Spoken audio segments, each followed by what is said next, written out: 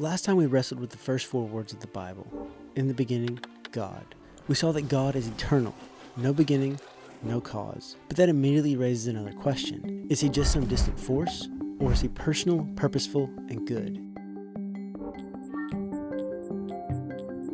What's up everyone? Dane here. Welcome to In Context, the channel that's all about helping you better understand the Bible in its proper context. Today we're going to be looking at the opening chapters of Genesis and see that the God of the Bible is the farthest thing from an impersonal force. The Bible begins with a decision. God chooses to create. Everything that exists is called into being by His Word. And as the text unfolds, a pattern starts to emerge.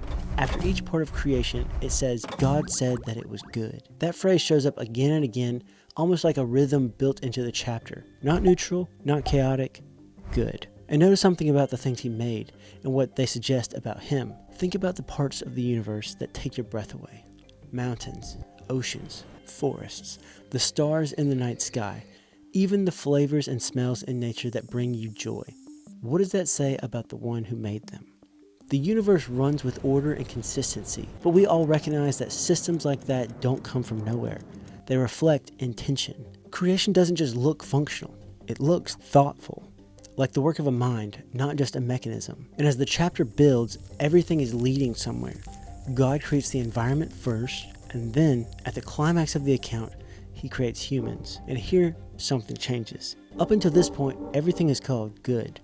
But when humans are created in His image, the text shifts. Now it's very good. Humans are set apart. They're not just another part of creation. They're made to reflect the one who created them. As Genesis describes it, God prepares a world suited for them, like a parent preparing a place for someone they're looking forward to. Sky and land are set in place, plants are provided for food, light is established to govern time and seasons, everything is arranged with purpose, and humans are given a unique role within it. They're designed to be relational, able to know and communicate with each other and with God. They're designed to be rational, able to think, choose, and make meaningful decisions. They're designed to be life-giving, continuing forward what God began in ways that suited for creatures. And as the text continues, we see God forming the first human relationship, a man and a woman designed for companionship and the continuation of life. They're also designed to be co-rulers, entrusted with responsibility to manage and care for the world, reflecting the wisdom and authority of their Creator. As the account continues into the next chapter, we see something even more personal. God doesn't just create humans and step back. The text describes God placing the man in the Garden of Eden, a home prepared for them, and forming the woman there. They're given meaningful work, invited into a life of purpose and stewardship. God speaks to them. He gives direction. He provides everything they need: food, water, life itself. He's not distant. He's involved. He's not silent. He communicates. He's not indifferent. He provides and sustains.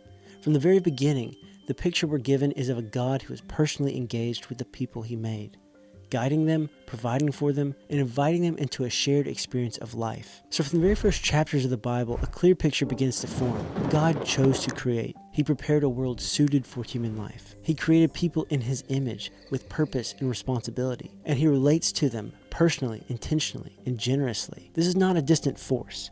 This is a God who is personal, purposeful, good, and relational, and human beings were created to reflect that and experience life with Him. But that raises another question.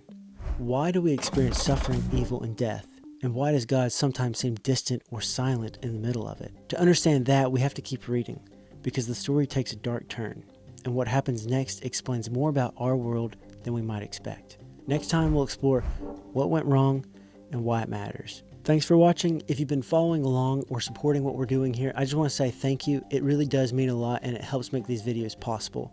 And as always, when reading your Bible, remember to keep it in context.